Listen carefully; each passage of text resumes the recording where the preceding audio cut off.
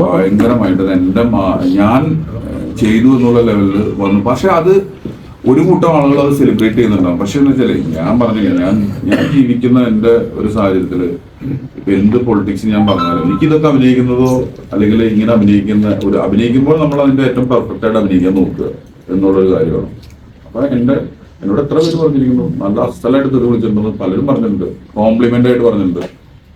എന്നോട് അതിലേറെ ഒരുപാട് പേര് അത് ചെയ്തതായിരുന്നു പലരും പറഞ്ഞിട്ടുണ്ട്. അതൊന്നും ഞാൻ ഇതിനു മുമ്പ് ഒരു സ്ഥലത്തും ഒരു ഇന്റർവ്യൂവിൽ പോലും പറഞ്ഞിട്ടില്ല.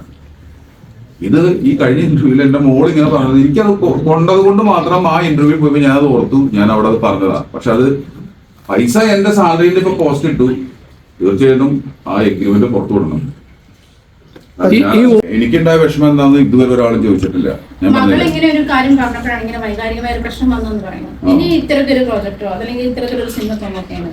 അല്ല, ഞാൻ പറഞ്ഞില്ലേ ഈ സിനിമ ഇപ്പോഴും പറയുന്നു. ഇപ്പൊ എന്നോട് ഒരാള് ചുള്ളിയുടെ സംസാരം, പ്രാഥമിക സംസാരത്തിൽ ഇതൊരു ഫെസ്റ്റിവൽ അല്ല, നമ്മൾ ഇങ്ങനെ ഇറക്കുമ്പോൾ ഞാൻ ചെയ്യില്ല. കാരണം എന്താ വെച്ച് കഴിഞ്ഞാൽ ഞാൻ ചില വേഷങ്ങൾ ചെയ്യില്ല എന്ന് തീരുമാനിച്ചു, അഭിനയിക്കില്ല എന്ന് തീരുമാനിച്ചുള്ള കുറച്ച് കാര്യങ്ങൾ. കുട്ടികളോട് മോശമായിട്ട് പെരുമാറുന്ന ഒരു കാരണം ഞാൻ നോക്കില്ല. കാരണം വെച്ചാൽ എന്റെ മൈൻഡ് അത് പ്രിപ്പയർ അല്ല. സഹിനോട് തന്നെ ചോദിച്ചു, പൊതുസമൂഹത്തിൽ നിങ്ങൾക്കറിയാത്തതാണ്, നമുക്കറിയാവുന്നത് മറ്റുള്ളവരുടെ നേരെ ഉപയോഗിക്കാതിരിക്കാന്നൊരു മര്യാദ പൊതുസമൂഹം കാണിക്കുന്നത്. അതുകൊണ്ട് തന്നെയാണ് ഇതിന് ഇത്രയധികം വിമർശനങ്ങൾ കേൾക്കേണ്ടി വന്നിട്ടുള്ളത്. അത് ജോയിച്ചേട്ടനെ അറിയാം, ഞാൻ പറയാൻ തന്നെ ജോയിച്ചേട്ടന്റെ ഞാൻ പറയുന്നത് ഇപ്പം എന്നെ ആ സിനിമ കണ്ടിട്ട് ആ ക്യാരക്ടർ ഇഷ്ടപ്പെട്ട ഒരുപാട് പേരുണ്ട്.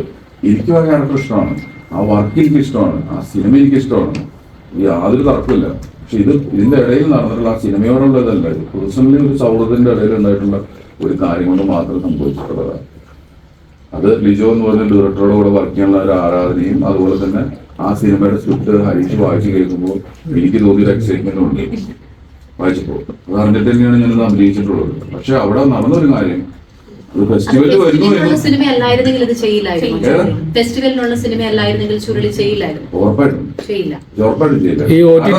ഞാൻ പറഞ്ഞില്ലേ, ഞാൻ ചെറിയ ഇഷ്ടപ്പെടാത്തതുകൊണ്ട് അല്ലെങ്കിൽ ചെറിയ അതൊന്നുമല്ല വിഷയം. എനിക്ക് ഇപ്പം എന്റെ സ്വഭാവമല്ലല്ലോ എന്റെ വീട്ടുകാര്, എന്റെ കുടുംബം, ഞാൻ അങ്ങനെ ജീവിക്കുന്ന ഒരാളാണ്. അറ്റ്ലീസ്റ്റ് എന്റെ വീട്ടിലെങ്കിലും എനിക്ക് കംഫർട്ടബിൾ ആയിട്ട് ഇരിക്കട്ടെ. അവരെ എഫക്ട് ചെയ്യുന്നു എന്ന് പറയുന്ന ഒരു കാര്യം വന്നുകൊണ്ടാണ് ഞാനിത് അന്നത്തെ ഇന്റർവ്യൂവിൽ അത് അഡ്രസ് ചെയ്തത്.